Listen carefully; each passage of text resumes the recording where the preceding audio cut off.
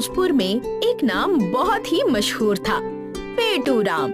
ना कोई राजा ना कोई राणा, पर अगर बात हो खाने की तो पेटू राम को हर कोई सलाम करता। पेटू राम को बस खाना ही खाना पसंद था। भूख हो या ना हो, उसकी जीभ को हमेशा कुछ न कुछ चाहिए होता। अरे वाह, ये फल तो बेहद स्वादिष्ट लग रहे हैं। इन्हें अगर चखे बिना यहाँ से चला गया तो ये बुरा मान जाएंगे, तो क्यों ना एक दो खा ही लूं। कुछ ऐसा था पेटू राम का स्वभाव। वो किसी इंसान को नाराज कर सकता था, लेकिन खाने की किसी भी चीज को नाराज करना उसके सिद्धांतों में नहीं आता था। सुबह अपने घर में पोहा, दोपहर में किसी के यहाँ खिचड़ी, शाम को समोसे और रात को पराठे। कुछ ऐसा ही बीतता था पेटू राम का दिन। वैसे तो खाने तक सब ठीक था, लेकिन बात तब बिगड़ती थी जब हमारे पेटू राम खाना खाकर पैसे नहीं देते थे। अरे पेटू राम, कहाँ चले? कहाँ मतलब? दफ्तर, काम भी तो करना है ना। नहीं, वो सब तो ठीक है, लेकिन इन समोसों के पैसे भी तो देने हैं ना। क्या मजाक करते हो किशन? अरे हम एक ही गांव के रहने वाले हैं। अपने ही भाई से पैसे लेना शोभा देता है क्या? क्यों नहीं देता? देता है भाई, मुझे तो शोभा देता है। मुझे मेरे पैसे दो। नहीं नहीं किशन भाई, अपने ही भाई को खाने के लिए पैसे देना मुझे शोभा नहीं देता। लीजिए, मैं तो चला। उफ, पेटू राम ने तो हद ही कर दी थी। स्वभाव से सरल और बोलने में नरम होने के बावजूद अब लोग पेटू राम से तंग आ चुके थे। वो जहाँ भी जाता वहाँ कुछ न कुछ खाने लग जाता। उसका यही स्वभाव अब लोगों के लिए परेशानी बन चुका था। सुनिए, सुनिए जी। अरे जरा आराम से माया, इतना क्यों चिल्ला रही हो? जो वो पेटू राम है, हमारी दुकान के पास ही आ रहा है। हाँ, तो क्या हुआ? क्या हुआ मतलब? अरे वो राक्षस है, राक्षस। पता है कल क्या हुआ? मैं लल्ला को सेवैया खिला रही थी, तो उस मोटू पेटू राम ने पूरी कटोरी में छींक कर सारी सेवैया गटक ली और ऊपर से कहता है, माफ करना भाभी जी, वो क्या है, लल्ला को सेवैया कुछ खास पसंद नहीं आ रही थी, तो सोचा क्यों बर्बाद करें, मैं ही खत्म कर देता हूँ। हाय रे हाय, ऐसे भी कोई करता है क्या? अरे अब छोड़ भी दो, वो नहीं सुधरने वाला। वो भले ही ना सुधरे, लेकिन अगर वो ऐसे ही हमारे घर आकर खाने लगा तो एक दिन हमारे खाने की भी वाट लग जाएगी, इतना तो तय है। मुझे कुछ नहीं सुनना, आप अभी के अभी दुकान बंद कर दीजिए और छुप जाइए। चलिए। अरे हाँ हाँ, करता हूँ। देखते ही देखते पेटू राम की दहशत पूरे गांव में फैलने लगी थी। लोग उसे देखते ही अपनी दुकानें बंद करने लगे थे, लेकिन पेटू राम जैसे तैसे किसी को पकड़ ही लेता और अपनी पेट पूजा पूरी कर ही लेता। लेकिन एक दिन कमाल हो गया। पेटू राम के मीठा खाने की तलब अपनी चरम सीमा पर पहुंच गई।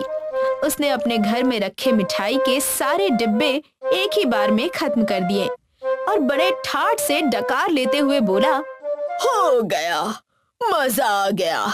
लेकिन ये क्या, मेरी तलब तो और भी बढ़ती जा रही है। मुझे मीठा खाना है। चलो काम पर लगो पेटू राम, कुछ ढूंढो और अपनी आत्मा को शांति दो। चलो। वाह रे पेटू राम, पूरे घर की मिठाई खत्म करने के बावजूद उसने हार नहीं मानी। अपनी पेट की आत्मा को शांति देने के लिए उसने पूरा घर छान मारा, डिब्बे टटोले, अलमारी खोली, लेकिन कुछ नहीं मिला। अरे यहाँ तो कुछ भी नहीं है। क्या सच में सब खत्म हो गया? अब क्या करूं? हाँ, मैं किशन की दुकान पर जाता हूँ, वहाँ जरूर कुछ न कुछ मिल जाएगा। बेचारा पेटू राम, पता नहीं उसे क्या हो गया था। आज उसकी भूख मिटने का नाम ही नहीं ले रही थी। वो तुरंत किशन की दुकान की ओर भागा, लेकिन अफसोस किशन की दुकान आज भी बंद मिली। वो नाराज तो हुआ, लेकिन उसने हार नहीं मानी। उसने बाकी दुकानों पर जाना तय किया, मगर पेटू राम के पैसे ना देने की आदत के कारण सभी ने उसे बाहर निकाल दिया। अब वो थका, भूखा और सबसे बुरी बात, बिना मीठे के था। बेचारा पेटू राम थक हार कर खेतों के किनारे बैठ गया और रोने लगा। आखिर मेरे साथ हो क्या रहा है? मैं इतना बुरा हूँ कि कोई मुझे थोड़ी सी मिठाई नहीं खिला सकता। क्या मैं सच में इतना खाता हूँ? नहीं, मैं इतना तो नहीं खाता। तो सब मुझे भगाते क्यों हैं? मैं भी तो इंसान हूँ, मुझे भी तो वैसे ही भूख लगती है जैसे सबको लगती है। अगर थोड़ी सी भूख भी लग जाए तो इसमें दिक्कत क्या है? अब मैं क्या करूँ? मुझे मीठा खाना है, क्या करूँ मैं? पेटू राम अपना पेट और भूख लेकर रो रहा था। उससे अब नहीं रहा जा रहा था। उसी समय कड़कड़ाती बिजली चमकी और धुएं के गुबार से एक जिन प्रकट हुआ। अरे तुम रो क्यों रहे हो? क्योंकि मुझे मीठा खाना है। ये क्या जिन, क्या तुम सच में यहाँ हो? हाँ, मैं सच में यही हूँ।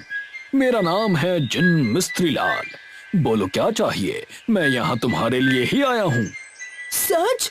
तो चलो, मुझे बस एक थाल मालपुओं का दे दो और कुछ नहीं। पेटू राम की बात सुनकर जिन मुस्कुराया और हवा में घुमा घुमा कर बोल पड़ा। बेसन की रास, गुड़ की मिठास, गाय का घी और बादाम की बौछार, चांदी की बर्फ और गुलाब की बूंदे, लो बन गए जादुई मालपुए 4। देखते ही देखते जिन ने पेटू राम के सामने ऐसे मालपुए बनाए जो सोने की थाली में खुद ब खुद सज गए। उन्हें देखकर पेटू राम के मुंह में पानी आ गया। हाय, ये मालपुए तो बड़े ही स्वादिष्ट लग रहे हैं। क्या मैं इन्हें खा सकता हूँ? हाँ हाँ जरूर। जिन के हाँ कहते ही पेटू राम ने मालपुए खाना शुरू कर दिया। जैसे ही उसने पहला निवाला खाया वो मंत्र मुग्ध हो गया। लेकिन अजीब सी बात ये थी कि पेटू राम का पेट एक थाली से भी नहीं भरा। उसने 1 नहीं, 2 नहीं, 10 नहीं, 50 से भी ज्यादा थालियां खत्म कर दी थी और वो अब भी और खाना चाहता था। पेटू राम की ये हालत देखकर जिन हैरान रह गया। तो इंसान है या कोई खाई हुई जमीन? पर पेटू राम रुका नहीं। अभी मीठा खाने का असली मजा तो शुरू हुआ है। बेचारा जिन थक गया। जादू की थाली की रफ्तार भी धीमी पड़ने लगी। आखिरकार जिन ने थक कर कहा, ठीक है, मैं तुझे वरदान देता हूँ। तेरे लिए अब मालपुए की बारिश होगी। तू जितने चाहे उतने मालपुए खा सकेगा। क्या सच में? अब उसे अनगिनत मालपुए खाने को मिलने वाले थे। पर उसे क्या पता था कि ये मीठी बारिश जल्द ही एक मीठी बाढ़ में बदलने वाली है। जैसे ही जिन ने जादू की छड़ी घुमाई, बादल उमड़ने लगे। लेकिन ये बादल पानी नहीं, मालपुए बरसा रहे थे। पहले तो पेटू राम ने मुंह खोलकर झमाझम मालपुए अपने मुंह में ठूस लिए। लेकिन कुछ ही देर में पूरे गांव में मालपुए की परतें जमने लगी। हर जगह मालपुए बरसने लगे। इस विचित्र स्थिति को देखकर गांव वाले घबरा गए। ये क्या हो रहा है? ये मालपुए की बाढ़ कहाँ से आ गई? जल्द ही मालपुए की इतनी बाढ़ आ गई कि गांव के लोग उसके मीठे रस में डूबने लगे। उधर दूसरी ओर पेटू राम भी खा खा कर थक चुका था। अब वो भी उस मीठी बाढ़ में तैरने लगा था। लेकिन ना तो मालपुए की बारिश रुक रही थी और ना ही बाढ़ थमने का नाम ले रही थी। तभी हैरान परेशान पेटू राम के मुंह से निकल पड़ा, बस बस, अब और नहीं। भगवान बचाओ मुझे, मुझसे अब और कुछ नहीं खाया जाएगा। हे जिन, हे भगवान, मैं वादा करता हूँ आगे से खाने में संयम रखूंगा। दूसरों की मेहनत के पैसे उन्हें लौटा दूंगा। उनका मजाक नहीं उड़ाऊंगा और लालच को खुद पर हावी भी नहीं होने दूंगा। मुझे बस इस बाढ़ से बचा लो।